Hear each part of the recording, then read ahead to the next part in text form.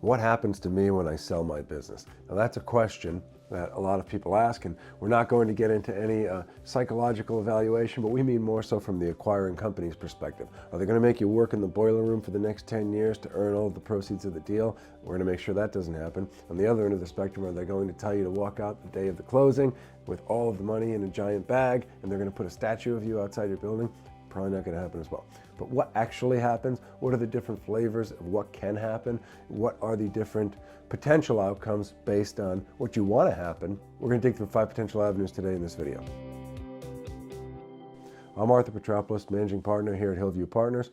We're a middle market investment banking, M&A, capital advisory firm, helping companies generating $1 million to $10 million in pre-tax earnings or EBITDA, sell their companies, and secure capital. When we're talking to owners of businesses about a prospective exit of their company, they'll say, well, what's going to happen to me? And we say, well, what would you like to happen? What would you like the objective to be? And in some instances, they'll say, I've been doing this for so long, I really just want to be done with things as soon as I can, as soon as I'm comfortable that it's in good hands. And in other situations, people say, you know what, I just want to de-risk somewhat. I want to take some chips off the table. I want to get away from some of the administrative tasks that I never wanted to do in operating a company and get back to the things that I really love. Now, whether that was sales, whether that was product development, whether that was the fulfillment or execution or provision of services.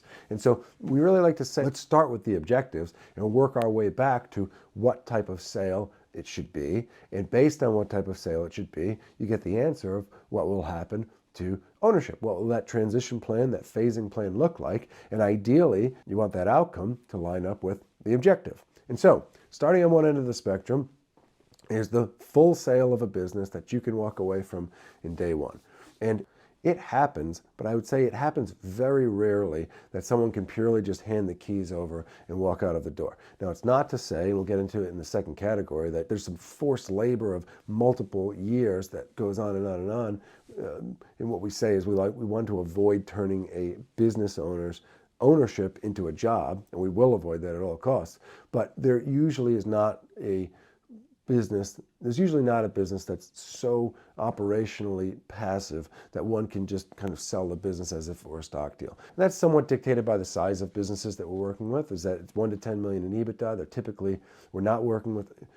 typically still owned by families, entrepreneurs, small groups of investors, people that operationally grew the business. And so as they have delegated particular parts of the business, they'll still have their hands in certain things, whether it's part of the sales, part of the relationships. And how involved they are will oftentimes dictate the timeline necessary to kind of extract oneself from the business. But there's very few that people say, hey, at closing, we're done. Now, that being said, we'll move over to category number 2, are full sales of businesses with a tapering exit or transition. And so oftentimes what was historically the case was you'd sell 100% of the business and they would ask you to stay on board for 3 years. And we have been vehemently negotiating against that with all of our engagements, because again, when someone sells a business, they want to be leaving the business. That's part of why they're selling it. And so what we like to ultimately negotiate towards is what we call a tapering 1-year transition. And so let's say there's 3 months of ongoing involvement in a similar fashion as was prior to the exit. And then beyond that, perhaps there's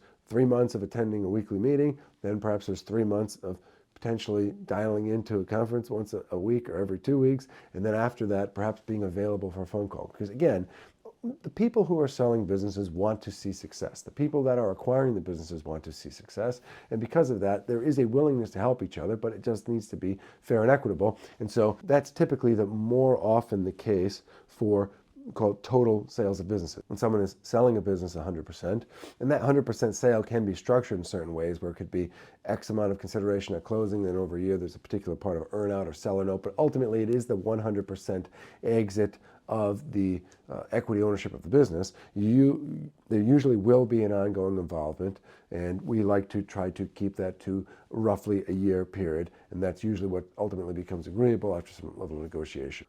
Moving to the third category is the majority sale with an equity rollover, but without maintaining a leadership position. And so there are some businesses where you're selling to a larger aggregating strategy, and they say, well, we'd like to buy 80% of the company and have you roll 20% of your equity forward or 10% of your equity forward into this aggregating strategy that we then are going to sell 5 to 7 years from now for a larger number. And it sounds somewhat complicated, but it's this kind of two bites at the apple type of structure. And oftentimes that second 20%, if everything goes correctly, which we make sure if we're selling to a situation like that, it will, oftentimes it will be more valuable than the initial 80%, which again, we're selling at a meaningful price and value to begin with. And so they can turn out to really good situations. Now, if the objective is again to transition out sooner rather than later, then what you'll see is you'll have this sale, and oftentimes, depending on how much or how little someone wants to roll forward, it could be 90% sale, 95% sale, 5-10% rolled forward,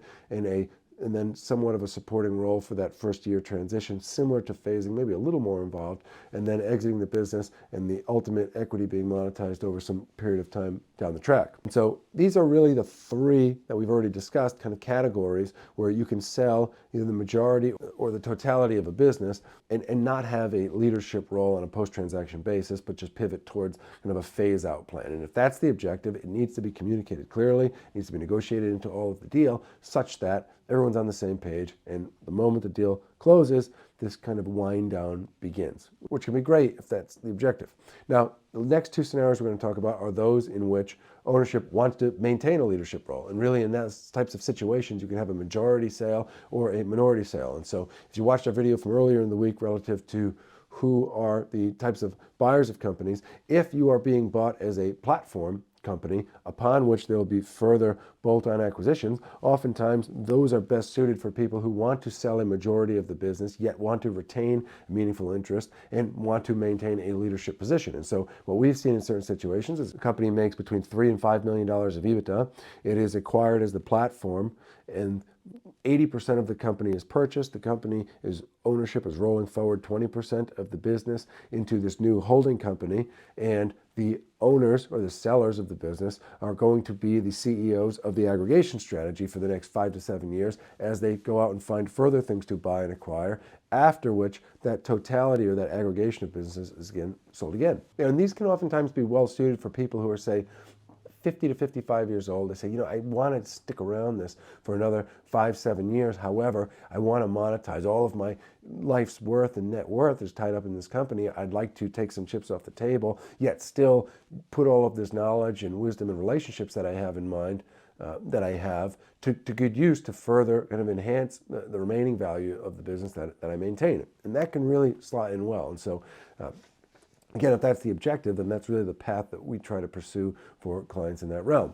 And then I'd say lastly, and this tends to skew a bit younger even yet, is minority sale with an ongoing leadership position. And so typically if a company's generating more than $3 million EBITDA or so, and again, it depends on industry size, trajectory, things of that nature, there will be investors or firms that would buy a minority stake in a business. And so that's a non-control position. So think of a 49% at most, sometimes a third of a business. They'll come in and buy that. They will, again, it's heavily negotiated. However, in most situations, you keep the minority owner in a non-control position, and therefore they may have seats on a board. It could be observer seats, active seats. It depends on how it's structured.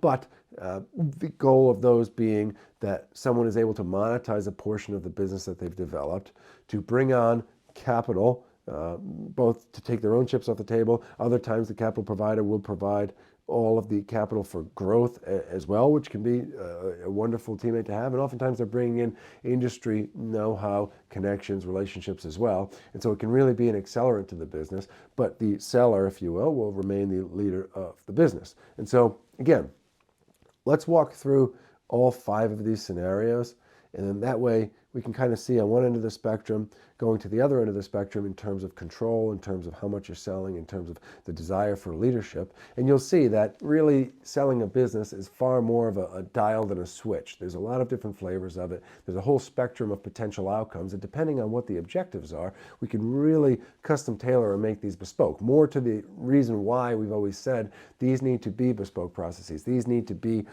extraction processes that are very deliberate, that are very proactive, that are not plastering 10,000 people with emails saying, hey, want to buy a company? But instead reaching out directly to the right parties, because it's only the right parties with the right narrative, with the right process that's ultimately going to yield a situation or an outcome that lines up optimally with the objective. So So running through these again, you have one, the full sale with no ongoing ownership or involvement.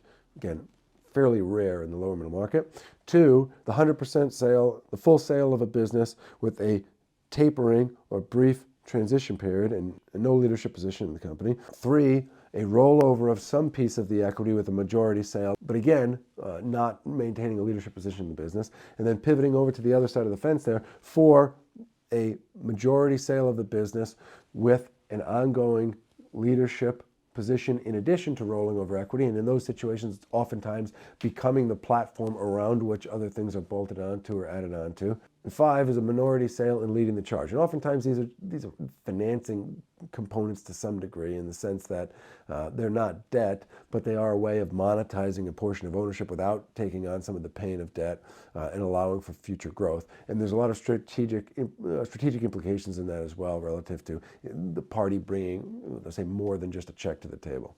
And so that gives you a sense. I mean, there's a lot more granularity. A lot of these things bleed into each other, and there's many more scenarios or permutations of things. But generally speaking, these are the 5 ways in which businesses are sold, and what we say are the general mapping of potential outcomes that we want to align the objectives with.